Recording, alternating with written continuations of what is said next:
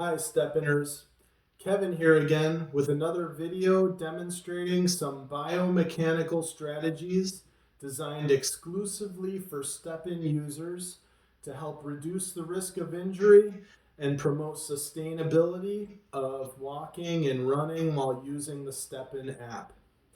This video is not intended to diagnose, treat, or cure any medical or physical therapy related condition. Today, I'm going to talk to you about your glute medius muscle.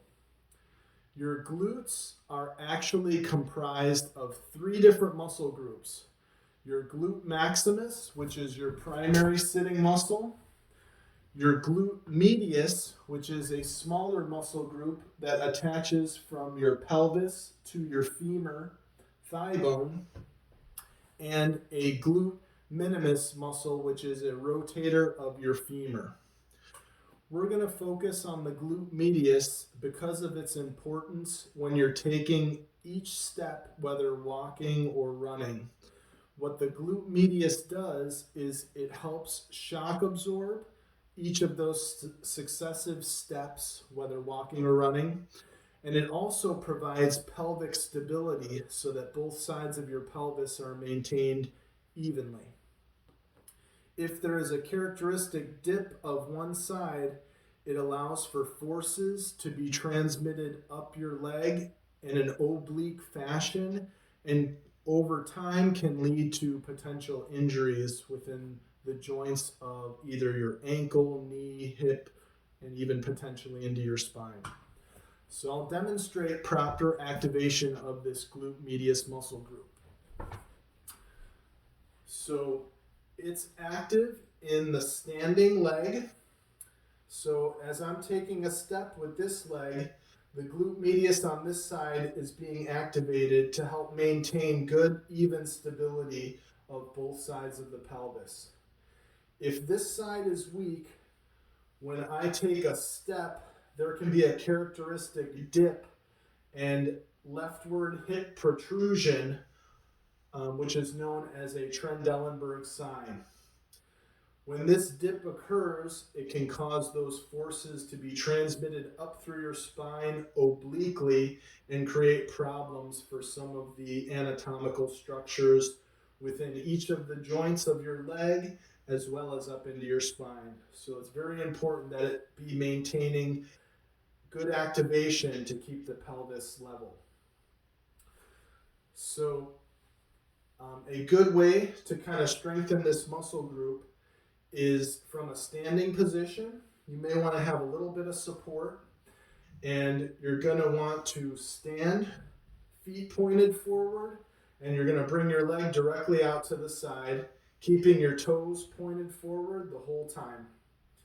So you want to ensure that you're not turning your toes out to the side when you're doing this, as you're not going to be actively activating the glute medius. Also, you want to make sure that you're not trying to lift it as high as possible so as to bend your whole torso to the side.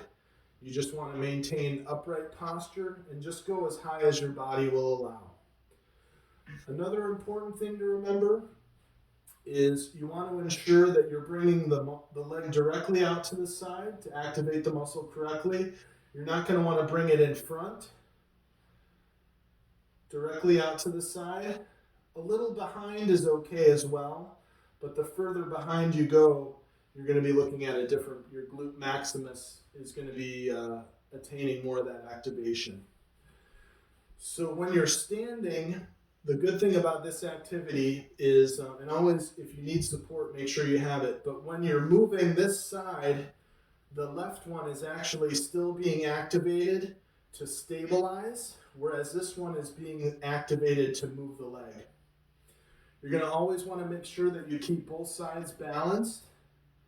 So this one's actively moving while this one is stabilizing now.